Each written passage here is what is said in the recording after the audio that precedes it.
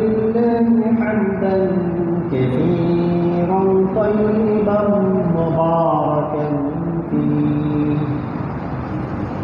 مباركا عليه كما يحب ربنا يرضى وصلى الله تعالى على خير خلقه محمد وعلى آله وأصحابه وبارك وسلم تسليما مزيدا وبعد فأعوذ بالله من الشيطان الرجيم بسم الله الرحمن الرحيم يا أيها الناس اتقوا ربكم الذي خلقكم من نفس واحدة وخلق منها زوجها وبث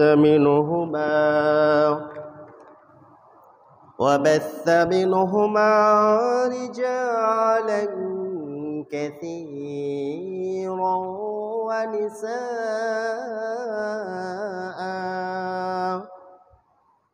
واتقوا الله الذي تساءلون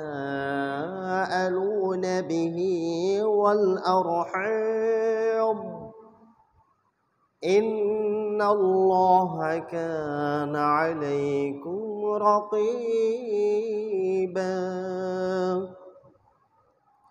يا أيها الذين آمنوا اتقوا الله حق تقاته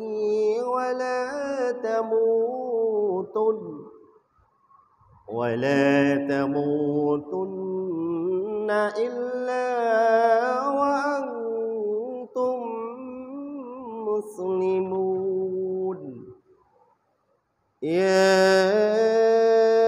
أيها الذين آمنوا اتقوا الله وقولوا قولا سديدا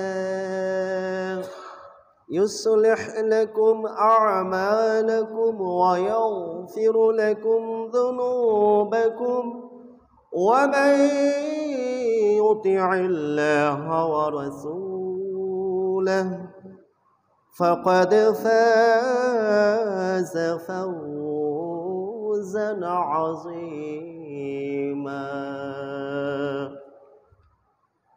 إلى آخر الآيات 1445 হিজরি সনের 2রা শাওয়াল 1430 বঙ্গাব্দের 29শে চৈত্র 2024 ইংরেজি বর্ষের 12ই এপ্রিল মহান আল্লাহ তাআলার অশেষ অনুকম্পা এবং তার খাস রহমতে আমরা সুদীর্ঘ একটি মাস সিয়াম সাধনার পরে গতকালকে আমাদের ইসলামের সবচাইতে বড় ধর্মীয় এবং সামাজিক উৎসব পবিত্র একটি উৎসব গতকালকে পালন করে আমরা আজকে আরেকটি সাপ্তাহিক বড় ঈদ যেটা জুমার ঈদ এবং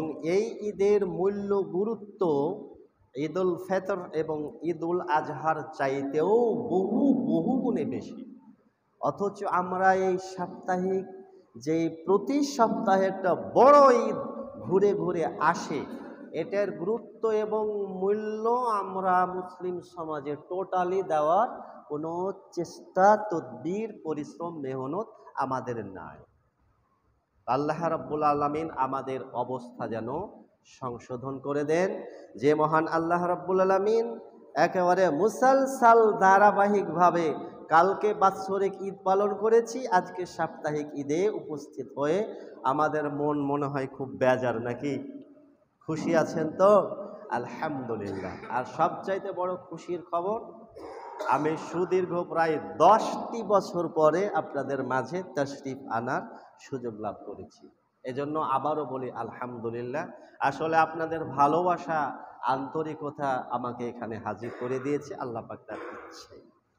আমরা অগণিত সলাত এবং সালাম পেশ করছি আমাদের বিশ্ব রাসূল নবী মুহাম্মদের উপরে, যিনি এই উম্মাতের শাফাতের কান্ডারি, জীবনের সার্বিক ক্ষেত্রে, সার্বিক দিক এবং বিভাগে তিনি একমাত্র সবচাইতে উত্তম আদর্শ।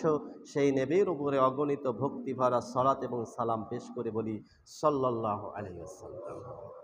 সম্মানিত হাজিরিন, গত পরশুদিন 10ই এপ্রিল বুধবার সূর্যাস্তের সাথে সাথে আমরা রমাজানুল মোবারককে বিদায় দিয়েছি। রমাজানুল মোবারকের অনেকগুলো উপহার উপঢৌকন আমাদের জন্য আল্লাহ পাকের পক্ষ থেকে একটা গিফট। রমাজানের উপহারগুলো কি কি ছিল একটু স্মরণ করিয়ে দিই। রমাজানের সবচাইতে বড় উপহার ছিল কি? 1 মাসের ফরজ সিয়াম। এই তো 1 মাসের ফরজ রোজা। তো রমাজান বিদায় নিয়েছে, ফরজ রোজা বিদায় নিয়েছে, তো নফল রোজা কি বিদায় নিয়েছে? না, এই নফল রোজার এই প্রেসক্রিপশান, এই অনুমতি আল্লাহ রাব্বুল আলামিন সারা বছরের জন্য এই উম্মাতের জন্য ওপেন রেখেছেন। কোনটা? রমাজান বিদায় নিয়েছে বলো কি রমাজান তার সাথে সাথে রোজাগুলো বিদায় নিয়ে চলে গেছে, না নফল রোজার ব্যবস্থাপত্র ইসলামে আছে? আপনারা উত্তর দিবেন কিন্তু। আছে না? তাহলে ফরজ রোজার জন্য সাহারি করা লাগে, ইফতারি করা লাগে, নফল রোজার জন্য মনে হয় লাগে না, নাকি? জি, নফল রোজার জন্য লাগে। তাহলে সারাটি বছর রমাজানের যেমন ইফতারের মজা, সাহারির মজা ছিল, আমি আপনি যখন নফল সিয়াম পালন করব, ওই সাহারি এবং ইফতারের মজা বাকি 11টি মাস রয়ে গেছে। বলুন তো আলহামদুলিল্লাহ।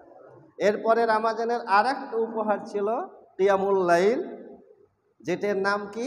সালাতুত তারাবি, আমাদের দেশীয় ভাষা সালাতুত তারাবি। তো তারাবি বিদায় নিয়েছে, তো কিয়ামুল লাইল তাহাজ্জুদ কি বিদায় নিয়েছে না রেখে গেছে? রেখে গেছে। এরপরে রমাজানের অনেকগুলো গিফটের মধ্যে সবচেয়ে বড় উপঢৌকন যেটা ছিল, যে কারণে আল্লাহ রাব্বুল আলামিন এই রমাজানের সম্মান বাড়িয়ে দিয়েছিলেন, সেই বড় গিফট, বড় উপহার, সবচেয়ে আল্লাহ প্রদত্ত যে নিয়ামতটা কি ছিল বলেন এবার দেখি? পবিত্র কোরআনে কারিমা, তাই না? শাহরু রমাদান আল্লাযী উনজিলা ফীহিল কোরআন। সবচেয়ে বড় উপহার, উপঢৌকন হলো কোরআন রমাজানের। এরপরে রমাজানের উপহার কোরআন, আর রমাজানের আরেকটা বড় উপহার ছিল কি? লাইলাতুল কদর।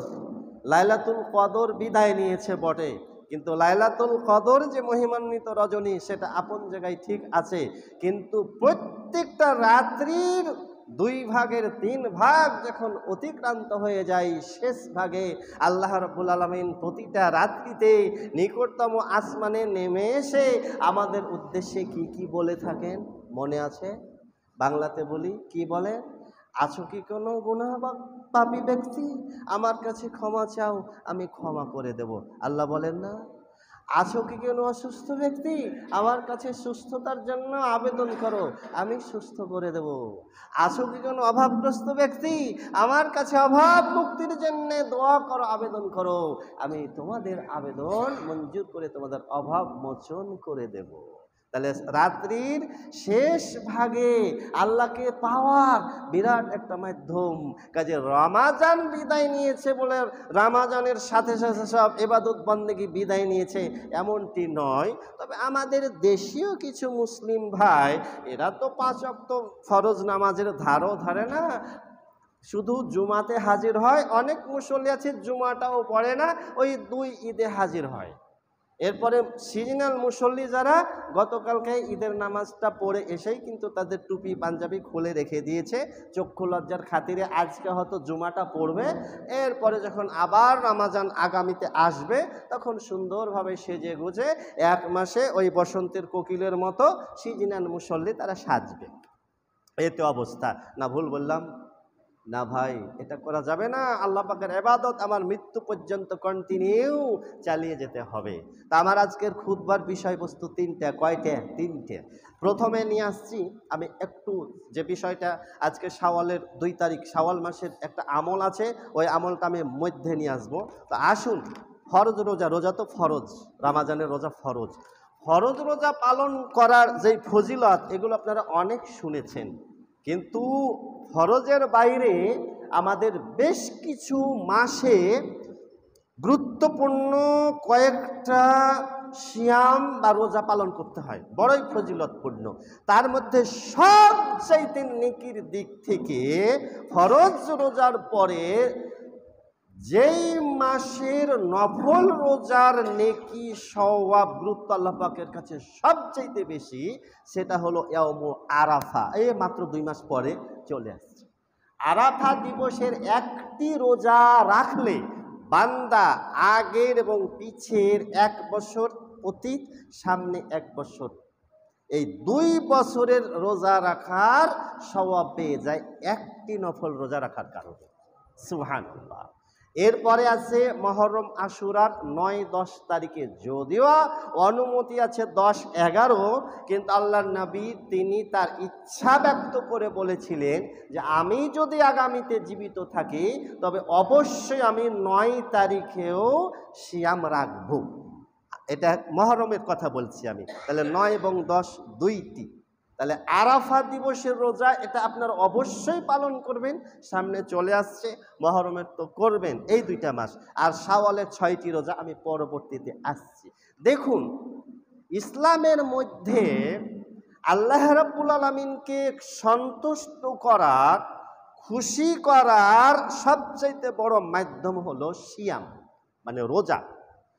নামাজের ফজিলত আপন জায়গায়, কিন্তু সিয়াম এমন একটা ব্যতিক্রমী ইবাদত, এই নফল সিয়াম পালনের মাধ্যমে আল্লাহ রাব্বুল আলামিনকে সবচাইতে বেশি সন্তুষ্ট করা যায়। আল্লাহ যখন সন্তুষ্ট হয়ে যান কোনো বান্দার উপরে, তখন আল্লাহর রাগ অটোমেটিক পড়ে যায়। আর যেই বান্দার উপর থেকে আল্লাহ রাব্বুল আলামিন তার রাগ গোসা উঠিয়ে নেন, জানিয়ে রাখবেন যে সেই ব্যক্তি অবশ্যই সৌভাগ্যবান ব্যক্তি। আল্লাহ রসুল সাল্লাল্লাহু আলাইহি সাল্লাম মাত্র একটি নফল সিয়াম, আল্লাহর উদ্দেশ্যে যারা একটি মাত্র নফল রোজা রাখবে, সেই ব্যাপারে সহিহ মুসলিম এবং বুখারীর মধ্যে মুত্তাফাকুন আলাইহি, এই 2টা গ্রন্থে হাদিসটি আসছে।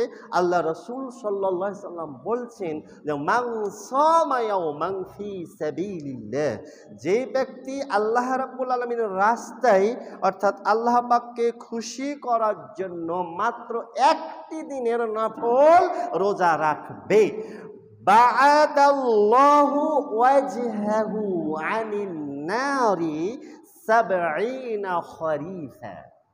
আল্লাহ নবী বললেন যে মাত্র একটি নফল রোজা রাখার কারণে ওই ব্যক্তিকে আল্লাহ তাআলা জাহান্নামের রাস্তা থেকে 70 বছরের দূরত্বে রাখবেন। তার মানে কি? ওই ব্যক্তি জান্নাতে যাবে না। 70 বছরের দূরত্ব এটা কম বড় ব্যাপার না, এটা আমাদের এই আপনার এই জমিনের দূরত্ব না, ওটা আসমানের দূরত্ব বলা হয়েছে। এরপরে এখানে বুখারী মুসলিমের 70 বছরের কথা বলা হলো, এটা আধিক্য বোঝায়। এটা কিন্তু আরবীয়দের একটা পরিভাষা, আমরা বাংলাতেও এটা বলে থাকি। খুব প্রিয় বন্ধু, অত্যন্ত আন্তরিক সৌহার্দ্যপূর্ণ সম্পর্ক, অন্তরঙ্গ বন্ধুত্ব, দীর্ঘদিনের দেখা সাক্ষাৎ নাই, হঠাৎ করে আপনাদের এই শাহ নেমাতুল্লাহ কলেজ মোড়ে ওই বন্ধুর সাথে দেখা। বন্ধু দেখেই বলছে, কি ব্যাপার বন্ধু, তোমার টিক্কি দেখা যায় না কেন, তোমার চাঁদি দেখা যায় না কেন, ভুলেই গেলে নাকি? আরে দোস্ত কি বলবো, আসলে তুমি তো জানো আমি একজন বড় বিজনেসম্যান, এই ব্যবসাতে সময় দিতে দিতে তোমার খোঁজ খবর রাখবো কি, পরিবারেরই তো খোঁজ খবর রাখতে পারি না। তবে সময় সুযোগ হলে তুমি যখন এতই আফসোস করছো, একবার কেন 10 বার যাও। বলে না বলে না, তো কি গুনিয়া 10 বার যাবে না? এটা কি একটা পরিভাষা। তো আল্লাহ রাব্বুল আলামিন, আল্লাহ রাসূল সাল্লাল্লাহু আলাইহি ওয়াসাল্লাম এই হাদিসটি ইমাম তাবারানী তার আওসাত গ্রন্থে উল্লেখ করেছেন। আল্লাহ নবী বলছেন যে মান সামা ইয়াওমান ফি সাবিলিল্লাহি, যে ব্যক্তি ব্যক্তি আল্লাহর রাস্তায় একটি মাত্র নফল সিয়াম পালন করবে, এখানে মাজহুলের সেগা নিয়ে আসা হয়েছে, বইদাত তাকে দূরে রাখা হবে মিনহুন নার জাহান্নাম থেকে মাসিরাতান মিআতা আমিন 100 বছরের দূরত্বে তাকে রাখা হবে। তাহলে আগের হাদিস বুখারী মুসলিম 70, এই হাদিসে 100। তার মানে ওই ব্যক্তি, যে ব্যক্তি একমাত্র আল্লাহকে রাজি খুশি করার জন্য মাত্র একটি সিয়াম পালন করবে, সে ব্যক্তিকে আল্লাহ রাব্বুল আলামিন জাহান্নাম থেকে মুক্ত রাখবেন। তাহলে নফল সিয়াম পালন করার একটা গুরুত্বপূর্ণ ফজিলত হচ্ছে, উপকারিতা হচ্ছে, ওই ব্যক্তি জাহান্নামে যাবে না। তাহলে নফল সিয়াম পালন করা এটা জাহান্নাম থেকে মুক্তির বড় একটা মাধ্যম, এ পয়েন্টটা মনে রাখবেন। এরপরে সহিহুল জামি আল্লাহ রাসূল সাল্লাল্লাহু আলাইহি ওয়াসাল্লাম বলছেন, ইন্নামাস সিয়ামু জুন্নাতুন, নিশ্চয় সিয়াম বা রোজা হচ্ছে জাহান্নামের আগুন থেকে বাঁচার জন্য ঢাল স্বরূপ, প্রতিরক্ষা বুজ্জ, সুরক্ষিত দুর্গ। ইয়াস্তাহিন্নু বিহাল আবদু মিনান নারি, এই নফল সিয়াম তাকে জাহান্নামের আগুন থেকে তাকে বাঁচিয়ে রাখবে, পরিত্রাণ দিবে, সুরক্ষিত রাখবে।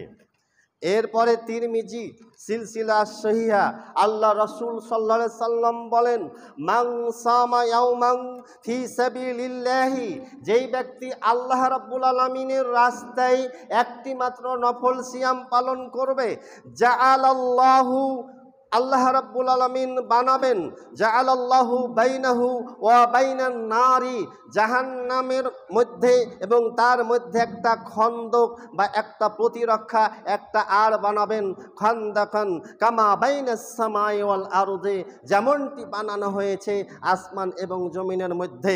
আপনাদের কি এটা জানা আছে, এই আসমান এবং জমিনের মধ্যে রাস্তার যে ব্যবধান, এই রাস্তার ব্যবধানের দূরত্বের কথাটা হাদিস পাওয়া যায়, সেটি হচ্ছে প্রায় 500 বছরের রাস্তা। আপনি আমি যদি সর্বোচ্চ গতিসম্পন্ন, দ্রুত গতিসম্পন্ন রকেট নিয়েও যদি আমরা আসমানের প্রথম আকাশে পৌঁছার জন্য প্রতিযোগিতা করি, নেমে যাই, স্টার্ট দিই, কিয়ামত হয়ে যাবে, তবু আমরা প্রথম আসমানের ধারের কাছেও যেতে পারবো না।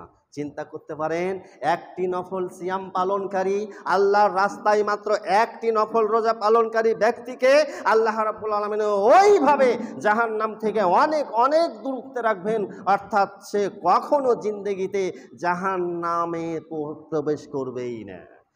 এরপরে আল্লাহর নবী বললেন, আত-তারগিবের মধ্যে হাদিসটি এসেছে, আল্লাহ রাসূল বলছেন, মান সামা ইয়াওমান ইবতিগা ওয়াজহিল্লাহি, যে ব্যক্তি আল্লাহর সন্তুষ্টির জন্যে, আল্লাহকে রাজি খুশি করার জন্যে একটি মাত্র নফল সিয়াম পালন করবে, খুতিমা লাহু বিহা, আল্লাহ রাব্বুল আলামিন তার জন্য এটা কি করবেন, নির্ধারণ করে দিবেন, একেবারে রেজিস্ট্রি করে দিবেন, কিসের ব্যাপারে, দাখালাল জান্নাহ, অর্থাৎ জান্নাতীদের অন্তর্ভুক্ত যারা হবে তাদের জন্য যে রেজিস্টার খাতা আছে, তার নাম ওই জান্নাতীদের রেজিস্ট্রি খাতার অন্তর্ভুক্ত হয়ে যাবে।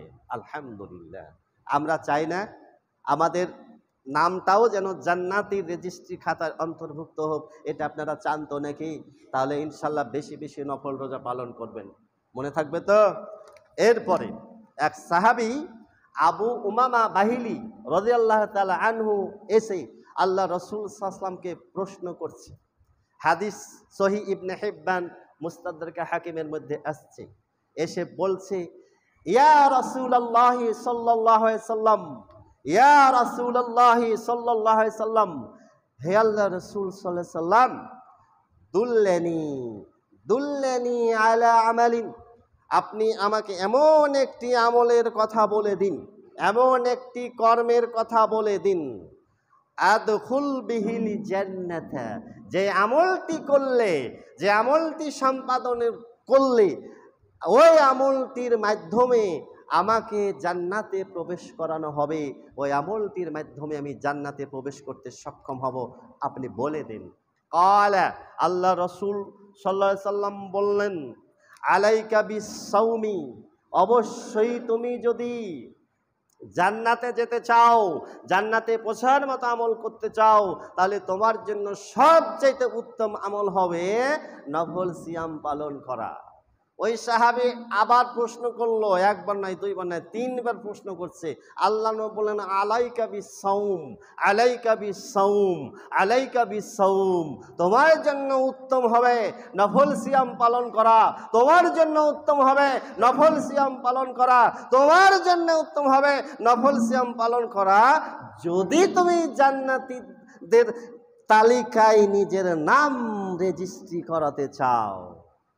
এরপরের বাক্যে আল্লাহ নবী বললেন, শুনে রাখো হে সাহাবী, ফাইন্নাহু, নিশ্চয় নফল সিয়াম, ফাইন্নাহু লা মিথলা লাহু, অপর বর্ণনায় আসছে লা ইদলা লাহু।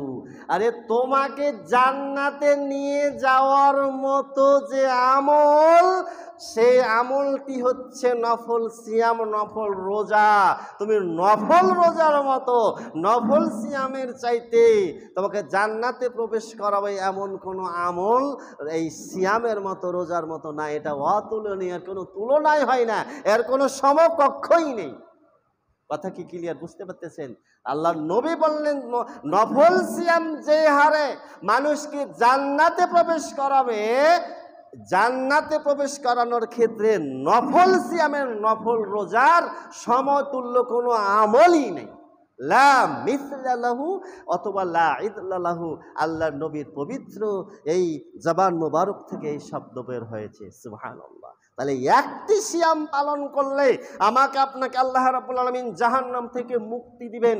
একটি নফল সিয়াম পালন করলে আল্লাহ তাআলা আমাকে জান্নাতীদের তালিকার অন্তর্ভুক্ত করবেন, বলে আলহামদুলিল্লাহ।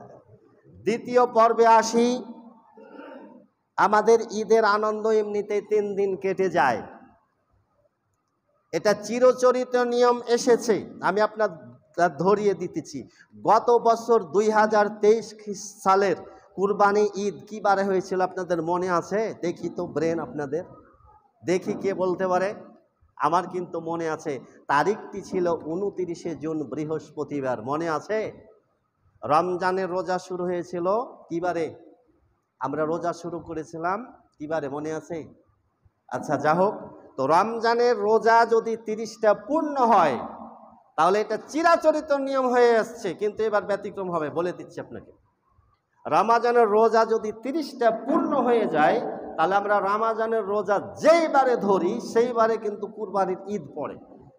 কথা বুঝছেন? এবারে আমরা রমজানের রোজা ধরেছিলাম, প্রথম রোজা কি বারে হয়েছিল? মঙ্গলবার হয়েছিল। সেই হিসাবে মঙ্গলবার আপনার 18ই জুন ঈদুল আজহা হওয়ার কথা ছিল, কিন্তু এবারে ব্যতিক্রম কেন হয়েছে জানেন? এবারে 30 রমজান শেষে শাওয়ালের যে চাঁদটা দেখেছি, ইয়া বড় চাঁদ, এ নিয়ে অনেক সমালোচনা, ফেসবুকে তর্ক বিতর্ক। কিন্তু আপনাকে একটা কথা বলে যাই, শোনেন, চাঁদ ছোট বড় এটা কোনো কথা নয়। সহিহ মুসলিমের হাদিসে আল্লাহ রাসূল সাল্লাল্লাহু আলাইহি ওয়াসাল্লাম জানিয়ে দিয়েছে, আল্লাহ রাব্বুল আলামিন তোমাদের দেখার সুবিধার্থে এই চাঁদকে কখনো কখনো বড় করে উদিত করেন।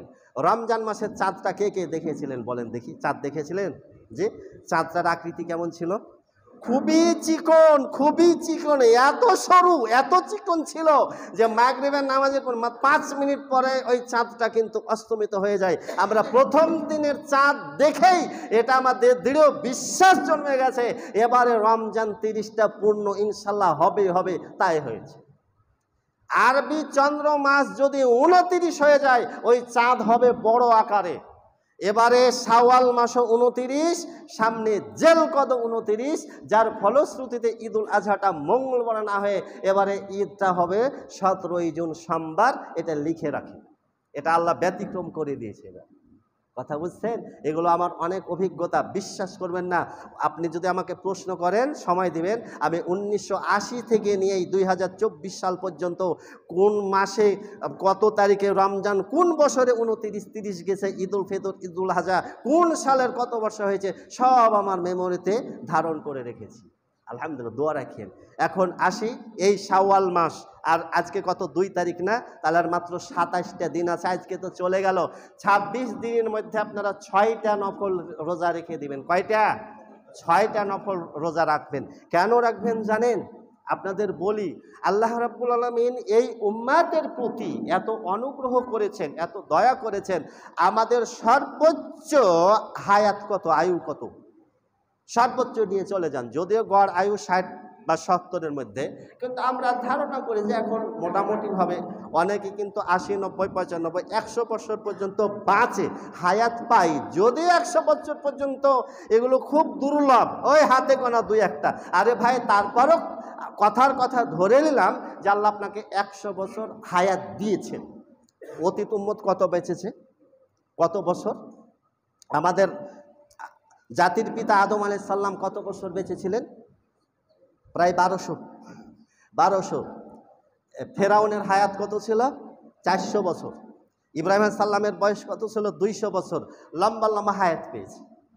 তো তাদের হায়াত আর এই উম্মতের হায়াত অনেক ডিফারেন্স। কিন্তু এই উম্মতকে আল্লাহ পাক এমন একটা বোনাস দিয়েছে যে আপনি কল্পনা করতে পারবেন না। বোনাসটা কি জানেন? একটা নর্মাল মূলনীতি বলে দেখা যাচ্ছে সূরা আনামের মধ্যে আছে, সম্ভবত 160 নম্বর আয়াত। সামনে আমার দোস্ত আছে, কোরআনে কারিমের হাফেজ এবং আলেম হিসাবে অনেক ভালো।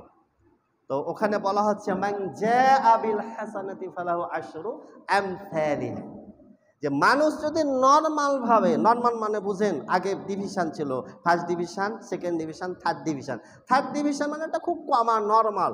তো আল্লাহ রাব্বুল আলামিন এখানে এই উম্মতের একটা ফজিলত বৈশিষ্ট্য বর্ণনা করে আয়াতে বলছে, যে ব্যক্তি কানা খোড়া ন্যাংরা লুলহা আমল নিয়ে আসবে, তো কমসে কম একটা নেকির বিনিময়ে 10টা পাবে।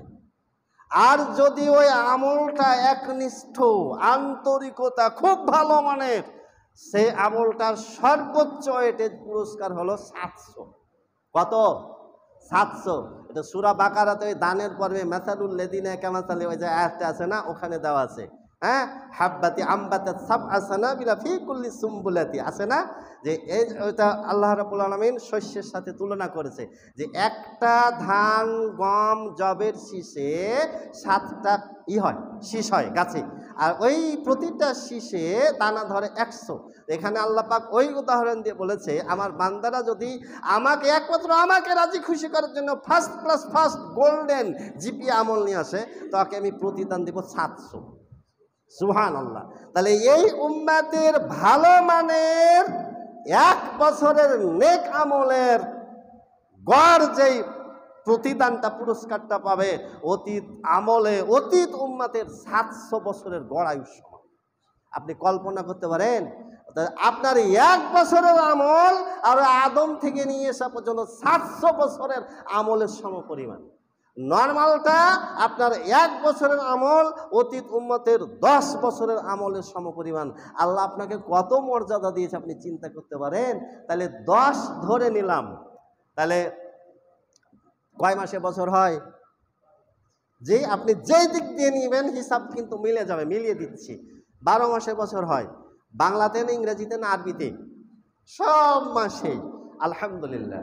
আচ্ছা, রমজানের রোজা 29 হোক আর 30 হোক, যেটাই হোক না কেন, আপনাকে পুরো 1 মাসের সওয়াব দিবে। রোজা একটা কমে গেল বলে যে আপনি 29 দিনের নেকি পাবেন, সেটা না। আমাদের সাধারণত চিরাচরিত অভ্যাস যে সপ্তাহে 1 দিন হয়, হ্যাঁ, তো 15 দিনে হয় 1 পক্ষ, 2 পক্ষে হয় 1 মাস, আর 30 দিনে হয় 1 মাস। এই তো 30 দিনে 1 মাস, এটা সাধারণ নিয়মের মধ্যে পড়ে। তাহলে এখন আসেন, আমি 1 মাসে রোজা রাখলাম, বছরের দিক থেকে হিসাব করেন, তাহলে কত মাসে রোজা হলো? 10 মাসের রোজা হয়ে গেল, তাই না? এখন দিনের হিসাব করেন তো, বছরে 1 বছরে কতটি দিন আসে? লিপিয়ার বাদে কতটি দিন আসে? লিপিয়ার তো ব্যতিক্রম, 365 দিন, তাই না? 365 দিন। আচ্ছা, আপনারা বলতে পারেন এই 365 দিনের মধ্যে আল্লাহ রাব্বুল আলামিন এই উম্মতকে এই কয়টা দিনের জন্য রোজা রাখা হারাম করেছে? ওই 5টা দিনে রোজা রাখা যাবে না। মনে আছে তো? ঈদুল ফিতরের দিন, ঈদুল আজহার দিন, আর ঈদুল আজহার পরের 3 দিন। কয়দিন গেল? এই 5 দিন, বছরে 5 দিন রোজা রাখা হারাম। তাহলে দিনের সংখ্যা কত বছরে? 365 দিন, তাই না? 5 দিন মাইনাস করে দেন, থাকে কত?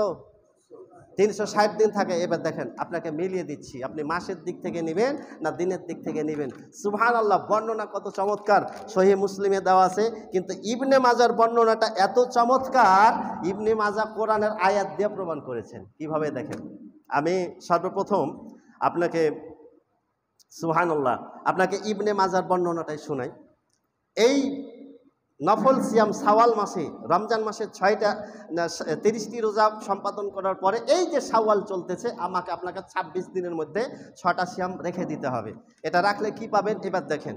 সাহবান রাদিয়াল্লাহু আনহু বলছেন, রাসূলুল্লাহ সাল্লাম বলেন, মান সামা সিত্তাতি আইয়ামি বাদাল ফিতরি মানে ঈদুল ফিতরের পরে যে ব্যক্তি মাত্র 6টা শাওয়ালের নফল সিয়াম পালন করবে সে কি পাবে? ইবনে মাজা বলছে যে কানা তামামিস সানাতি, তামাম কথাটা কিন্তু আরবি। তামাম মানে কি জানেন? পুরোটাই। তামাম শোধ, আগে বলতাম তামাম শোধ মানে কি, ওর বকেয়া পুরোটাই শোধ হয়ে গেছে। আল্লাহর নবী বলছেন যে কানা তামামিস সানাতি, সে যেন পুরো সারা বছর রোজা রাখলো বছরের দিক থেকে।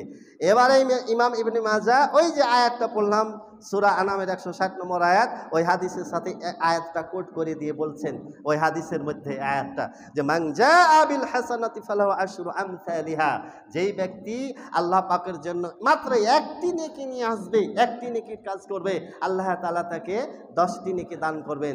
তাহলে এবারে আসি, 30 দিনে 300 নেকি পেয়ে গেছেন, তাই না? 30 দিনে 300 নেকি পেয়ে গেলেন। এই রমজান মাসের 30টি রোজা রাখার কারণে আপনি দিনের দিক থেকে 300 দিনের রোজা পূর্ণ করে দিয়েছেন। বলেন আলহামদুলিল্লাহ। বাকি থাকে আর 60 দিন। 5 দিন তো রোজা রাখা যাবে না, মাইনাস হয়ে গেছে, বাকি থাকে 60 দিন। এবারে শাওয়াল মাসের আপনি 6টি রোজার হিসাব করেন, এবারে গুণ দেন, 6 গুণন 60 কত না, 6 10 কত হয়? 60। তাহলে পুরো 360টি নেকি আপনি দিনের দিক থেকে পেয়ে গেলেন। আর বছরের দিক থেকে পেয়ে গেলেন, রমজানের 1 মাসের রোজা হয়ে গেল 10 মাসের রোজার সমান, শাওয়ালের 6টা রোজা হয়ে গেল 2 মাসের রোজার সমান। অঙ্কের হিসাব বুঝে পেয়েছেন তো? মাশাআল্লাহ, ঠিক আছে। তা আমি কিন্তু আসলে অঙ্কে একটু দুর্বল ছিলাম, তবে আলহামদুলিল্লাহ আমাদের বংশগতভাবে আমরা ইংরেজিতে, আলহামদুলিল্লাহ আমার আব্বাও ইংলিশের টিচার ছিলেন, যার ফলে ইংরেজি মোটামুটি ভালো বুঝি, অঙ্ক পারতাম না, মানে অঙ্ক একটু কাঁচা ছিলাম, বুঝছেন।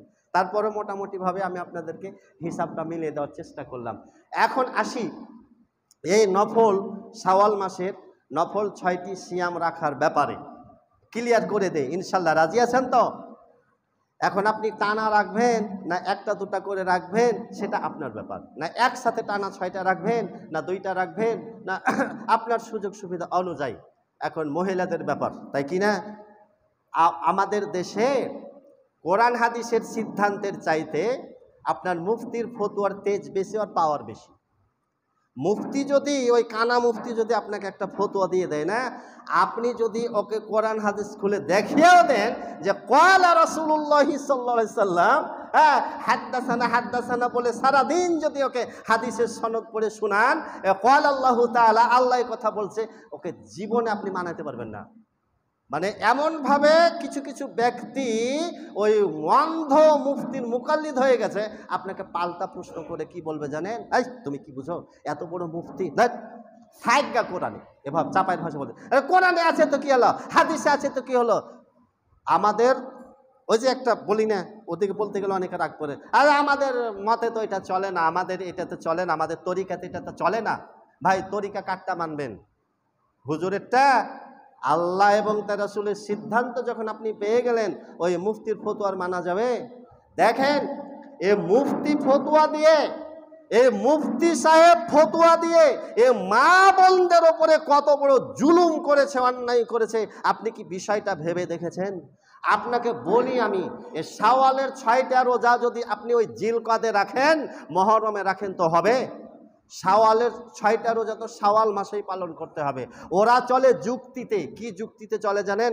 যুক্তি দিয়ে দিয়েছে একটা, আমি যুক্তি খণ্ডন করব সহিহ মুসলিমের হাদিস দিয়ে, বুখারীর পরে স্থান। যুক্তি কি দিয়েছে মুফতি সাহেব? যুক্তিতে বলছে যে রমজানের রোজা হলো ফরজ, শাওয়ালের রোজা হলো নফল। অতএব যে সমস্ত মা বোনরা মান্থলি পিরিয়ড চলাকালীন রমজানের রোজা রাখতে পারেননি, তাদের এই নফল সিয়াম শাওয়ালের 6টা রোজা পালনের পূর্ব শর্ত হলো আগে তাদেরকে রমাজানের কাজা রোজা কমপ্লিট করতে হবে, তারপরে নফল রাখতে হবে। যেহেতু রমজানের রোজা হলো ফরজ আর শাওয়ালের এই 6টা রোজা হলো নফল। মুফতি সাহেবের যুক্তি শুনেই কিন্তু পাবলিক, তাই তো ফরজের দাম তো বেশি, নফল তো না রাখলেও চলে, তো ঠিক আছে এটা ঠিকই হবে মনে হয়, এটা মনে হয় ঠিকই হবে। এখন আপনাকে বলি, এই পৃথিবীতে কিয়ামত পর্যন্ত পুরুষ জাতির বাইরে বলি মহিলাদের মধ্যে সবচাইতে বড় মুহাদ্দিস, ইসলামের সবচাইতে বড় পণ্ডিত বিদগ্ধ মহিয়সী নারীর নাম কি ছিল? দেখি কে বলে? আয়েশা রাদিয়াল্লাহু তাআলা আনহা। এবারে দেখেন তিনি কি বলছেন, আমি এটা ক্লিয়ার করছি। অত সহজ না মুফতি সাহেব, তুমি তোমার মুখের কথাই দলিল দেবে, আমরা দলিল দেব সহিহ হাদিস থেকে, কোরআন থেকে। মুফতি সাজছ তুমি, তোমার চোখে এগুলো ঢুকে না, তুমি কোরআন হাদিস পড়ো না, তুমি ফতুয়াবাজি করতেছো, মা বোনদের সর্বনাশ করতেছ। একে তো মা বোনেরা শারীরিক থেকে দুর্বল, ওই রমাজানের এই ফরজ রোজা শাওয়াল মাসে পালন করতে গিয়ে, অতিরিক্ত 6টা রোজা পালন করতে গিয়ে তার যখন কোনো দুর্বলতা, তার শারীরিক কোনো সমস্যা দেখা দিবে, তুমি এ দায়িত্ব নিতে পারবে? ইসলাম কত সহজ করে দেওয়া হলো, আরে মুফতি সাহেব বিধানটাকে কঠিন করে দিয়েছে। দেখে নেবেন সহিহ মুসলিম হাদিস একাডেমি অধ্যায় নম্বর 26 টুকে নেবেন, আপনাদের এখানে আছে। কত নম্বর অধ্যায় বললাম? 26 নম্বর অধ্যায়। হাদিস নম্বর হলো 2577 থেকে 2581 পর্যন্ত। গণের এবারে 77, 78, 79, 80, 81, 5টা হাদিস আছে একই বিষয়ে। তোমার চোখে ধরে না এগুলো? দেখেন এবারে অধ্যায়, বাবু কদায় রমাদান ফি শাবান। বাব মানে অধ্যায়, হ্যাঁ, কদায় রমাদান, রমাদানের কাজা আদায় কখন কখন বলে? ফি শাবান, শাবান মাসে। তাহলে রমাদানের কাজা শাবান মাসে আদায় করার অধ্যায় বাব বেঁধে দেওয়া হয়েছে। এখন দেখেন, আন আবি সালামাতা বলছেন কল, উনি বলছেন সামিআতু আমি শুনেছি। কার কাছ থেকে শুনেছি? আয়েশার কাছ থেকে আমি নিজ কানে শুনেছি। তাকুলু আয়েশা বলেছেন আমাকে এ কথা, আয়েশা বলেছেন আমাকে এ কথা। কি বলেছেন? কানা ইয়াকুনু আলাইয়া সাওমু মিন রমাদান ফামাস্তাতিউ আন আকদিয়াহু ইল্লা ফি শাবান শুগুলু মিন রাসূলিল্লাহি সাল্লাল্লাহু আলাইহি সাল্লাম আও বি রাসূলিল্লাহি সাল্লাল্লাহু আলাইহি সাল্লাম। আয়েশা বলতেছেন, আরে আমি রাসূলুল্লাহ সাল্লাল্লাহু আলাইহি সাল্লামের খেদমতে ব্যস্ত থাকার কারণে, তার সেবা শুশ্রূষায় ব্যস্ত থাকার কারণে রমজান মাসের কাজা রোজা রাখার আমার অবসরই হতো না, আমার সময়ে জুটত না। যখন রমজান এসে যেত তখন আমার টনক নড়তো, হারে ব্যাপার তো কঠিন হয়ে যাচ্ছে, সামনে তো রোজা চলেই আসলো, আর 1 মাস আছে, তা আমাকে তো নফল ওই রমজানের কাজা রোজা রাখতে হবে। তারপর আয়েশা বলছে যে আমি বিগত বছরের রমজান মাসের কাজা রোজা রাখতাম শাবানে। ও মুফতি সাহেব, আয়েশা রাদিয়াল্লাহু আনহার রমজান মাসের কাজা রোজা রাখা চলে শাবানে, তুমি কত বড় মুফতি হলে গো বেটা, যে তুমি তোমার মা বোনদেরকে এই শাবাওয়াল মাসের মধ্যেই ওই কাজা রোজা কমপ্লিট করার পরে গিয়ে তুমি 6টা নফল সিয়াম পালন করার তুমি ফতোয়া দিচ্ছ? তোমার স্পর্ধা কত, তোমার কত বড় সাহস, তুমি আল্লাহর নবীর মুখের উপরে কথা বলো, আয়েশা রাদিয়াল্লাহু আনহার সিদ্ধান্তের উপরে তুমি কথা বলো। আপনাদের মাথায় মগজ আছে তো নাকি? মাথায় ঘিলু আছে তো? আমি এটা কি কোনো মুফতির ফতোয়া দিলাম না হাদিসের রেফারেন্স দিলাম? বলেন এবার দেখি। ভাই হক কথা করা হয়, কিন্তু কেউ রাগ করবেন না। রাগ করলেন নাকি? সত্য হবে একেবারে স্পষ্ট। সত্যের মধ্যে যেটা সঠিক দিন, বিশুদ্ধ দিন, তার মধ্যে কোনো 2 নম্বরই থাকবে না, তার মধ্যে কোনো ধোঁকাবাজি থাকবে না, তার মধ্যে অতএব কিন্তু যেহেতু সুতরাং এই বাঙালি দলিল থাকবে না। আমরা উম্মাত হিসাবে ভাই বাঙালি, আমাদের দলিলও বাঙালি, আমরা ওই বাঙালি দলিল বাঙালি হিসাবেই দলিল দিয়ে থাকি। যেহেতু সেহেতু অতএব এই সুতরাং চলবে না, তোমাকে স্পষ্ট দলিল দিতে হবে। তুমি দাও দেখি তোমার কত বড় সাহস যে আল্লাহর নবী বলে দিয়েছে এ কথা যে রমজানের আগে কাজা পালন করার পরে তুমি শাওয়ালের 6টা সিয়াম পালন করো। স্পষ্ট তুমি দলিল দাও দেখি, তোমার কত বড় স্পর্ধা আছে। তুমি রাসূলের সিদ্ধান্তের বাইরে জাতিকে এইভাবে ভুল ফতোয়া দিয়ে গোমরাহ করছো, আর মা বোনদের জন্য তুমি বোঝা ভারী করে দিচ্ছ। অতএব মা বোনেরা ইনশাল্লাহ ক্লিয়ার হয়েছেন তো? সন্দেহ থাকলো, অস্পষ্টতা থাকলো? এখন ওই সমস্ত ভাইদের জন্য অনুরোধ করব যারা গতকালকে ঈদের নামাজ পড়ে গিয়ে ওই টুপিটা রেখে দিয়েছেন আর সামনে রমজান পর্যন্ত আপনার দেখা পাওয়া যাবে না, তাদের উদ্দেশ্যে বলি এ কথা। শুনেন, রমজানের এই নেকি, রমজানের সওয়াব ধরে রাখার জন্য আপনাকে অবশ্যই সচেতন হতে হবে। তার কারণ আমি আপনি যেন ওই মানের ব্যক্তি না হই।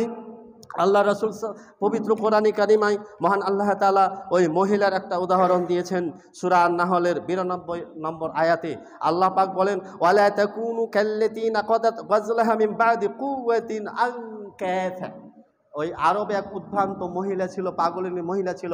সকাল থেকে নিয়ে সন্ধ্যা পর্যন্ত ওই সুন্দর দিয়ে সুতা দিয়ে মাল আগাতো, আর সন্ধ্যা হলে ছিঁড়ে ফেলে দিত, ওটা কোনো কাজে আসতো না। তো তোমরা যে 1 মাস নেকির যেই পাথেওটা ভান্ডারটা তোমরা সঞ্চয় করলে, কষ্ট করলে, তারাবি করলে, সিয়াম পালন করলে, আর ঈদের পরের দিন থেকেই তোমরা ফিরে গেলে, এটা যেন না হয়। খবরদার আমি আপনি যেন 1 ওয়াক্ত নামাজ কাজা না করি। তার কারণ যে ব্যক্তি এক ওয়াক্ত নামাজ ছেড়ে দিবে সে আল্লাহ এবং তার রাসূলের জিম্মাদারির বাইরে চলে যাবে।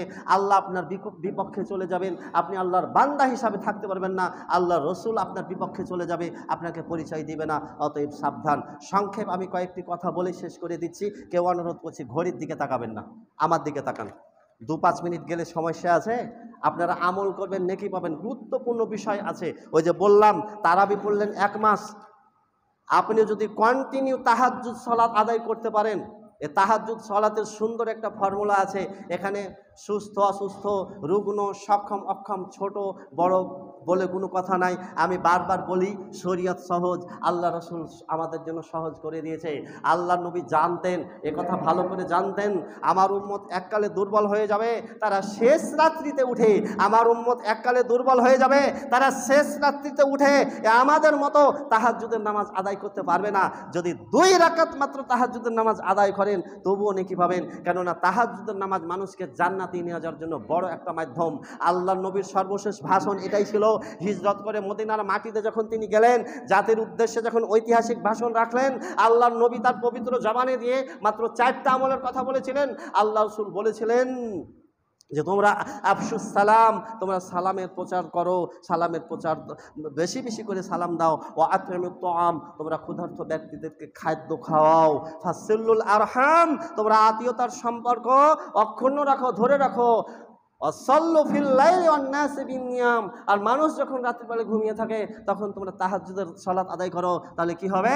তাদখুলুল জান্নাতা বিসালাম, তোমরা খুব নিরাপদে শান্তির সাথে খুব সহজে আল্লাহর জান্নাতে প্রবেশ করতে পারবে। এই 4টি আমল, অন্যতম আমল তাহাজ্জুদের সালাত জান্নাতে নিয়ে যাওয়ার জন্য। আপনারা জানেন না, অনেকে আপনাদের ফতোয়া মারে, কি মারে জানেন? ফতোয়া, না বেতর নামাজ রাত্রের শেষ নামাজ, এই বেতরের পরে কোনো নফল নামাজ পড়া যাবে না, বলে না। এই ফতোয়া আপনারা শুনে এসেছেন। অনেককে করেছে কি, বেতর পড়েছে তখন ফতোয়া দিয়ে বলেছে তুমি বেতর পড়েছো 3 রাকাত, তো ওই 7 রাতে জাগবে, এক কাজ করিও তুমি ওই 1 রাকাত পড়ে বেতরটাকে ভাঙিয়ে দিও, তারপরে আবার বেতর পড়ো। ফতোয়া মারতেছে, দেখতেছেন। অথচ দেখেন আল্লাহ রসুলের আমল কি ছিল, তিনি কি বলছেন। এটা কি বলছেন জানেন? আল্লাহু আকবার। আল্লাহ রসুলের একটা কওল ছিল এবং ফেল ছিল, দুটাই ছিল। আপনি হাদিস খুলে দেখেন, আল্লাহ নবী বেতরের পরে 2 রাকাত নফল নামাজ পড়তেন, এবং ওই নফল নামাজ আল্লাহ রসুল সাল্লাম প্রথম রাকাতে সূরা জিলজাল পড়েছেন, সূরা কাফিরুন পড়েছেন। স্পষ্ট হাদিস থাকতেও এরা বলছে বেতরের পরে নফল পড়া যাবে না। আপনারা অবশ্যই আজকে থেকে হাদিস শোনার পরে বেতরের পরে 2 রাকাত নফল নামাজ পড়বেন, তাহাজ্জুদের নেকি পাবেন। দলিল আমি দলিল দিচ্ছি, দেখেন। সহিহ ইবনে খুজাইমা এই হাদিসটি নিয়ে এসেছেন। সুবহানাল্লাহ, আমার মনে হয় কোনো ইমাম খতিব আপনাদেরকে এই প্রেসক্রিপশনটা দেয়নি। এটা আমল করলে আপনি যে কত বড় উপকৃত হবেন সেটা আপনি কল্পনাই করতে পারছেন না। দেখেন আল্লাহ নবী বলছেন, ফাইদা আউতারা, তোমাদের মধ্যে যে ব্যক্তি বেতর পড়ে নিবে, বেতর পড়ে নিবে। আহাদুকুম ফাইদা আউতার আহাদুকুম, তোমাদের মধ্যে যে ব্যক্তি বেতর আদায় করে নিবে, বেতর নামাজ পড়ে নিবে, ফাল ইয়ারকা রাকআতাইনি, দেখেন খেয়াল করেন, ফাল ইয়ারকা রাকআতাইনি, সে যেন 2 রাকাত নফল পড়ে নেয়। কি বললেন আল্লাহ নবী? তোমাদের মধ্যে যে ব্যক্তি বেতর নামাজ আদায় করে নিবে, বেতর আদায় করার পরে সে যেন 2 রাকাত নফল পড়ে নেয়। এ নফল পড়লে কি হবে? ফাইনিস্তাইকাযা ওয়া ইল্লা কানাত লাহু, ওই ব্যক্তি যদি শেষ রাত্রে জেগে তাহাজ্জুদের নামাজ আদায় করতে না পারে, তাহলে এই যে বেতন নামাজের পরে যে 2 রাকাত নফল নামাজ পড়েছে, এই 2 রাকাত নফল নামাজই তার রাত্রিকালীন তাহাজ্জুদ নামাজের স্থলাভিষিক্ত হওয়ার জন্য যথেষ্ট। আল্লাহ বলে ইল্লা কানাতা লাহু, এই 2 রাকাত নামাজই তার জন্য তাহাজ্জুদ সালাতের জন্য যথেষ্ট। সুবহানাল্লাহ, আল্লাহ রাসূলের কত বড় একটা ফ্যাসিলিটি, কত বড় একটা সুবিধা আমাদের জন্য দিয়ে দিয়েছেন। এরপরে আপনি যদি রাতে জেগে উঠতে পেরে যদি তাহাজ্জুদ পড়েন, ওটা আপনার জন্য অনেক ভালো হবে। নইলে আপনার 2 রাকাতই তাহাজ্জুদের নামাজ হিসাবে আল্লাহর দরবারে কবুল হয়ে যাবে। আপনার এই আমলটা অবশ্যই করবেন। আল্লাহ তাআলা আমাদেরকে কবুল করুন। বেশি বেশি নফল সিয়াম এবং তাহাজ্জুদ সালাত আদায়ের মাধ্যমে, বেশি বেশি নেক্সট আমলের মাধ্যমে আল্লাহ তাআলা আমাদেরকে যেন আগামী রমজান পর্যন্ত হায়াতে বাঁচিয়ে রাখেন, বলে আল্লাহুম্মা আমিন।